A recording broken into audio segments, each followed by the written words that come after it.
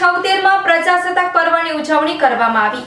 ભરૂચના તપોવન સંકુલ ખાતે 76માં પ્રજાસત્તાક પર્વની ઉજવણી કરવામાં આવી હતી, જેમાં સંસ્થાના ટ્રસ્ટી દિનેશભાઈ પંડ્યાના હસ્તે ધ્વજવંદન કરવામાં આવ્યું હતું।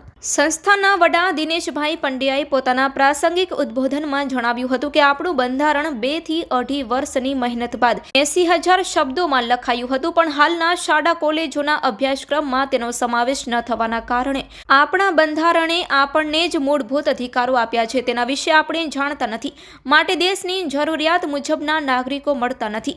વધુમાં તેમણે દેશની આઝાદી માટે પોતાના પ્રાણોનું બલિદાન આપનાર શહીદોને યાદ કરીને તેમને શ્રદ્ધાંજલિ પાઠવી હતી।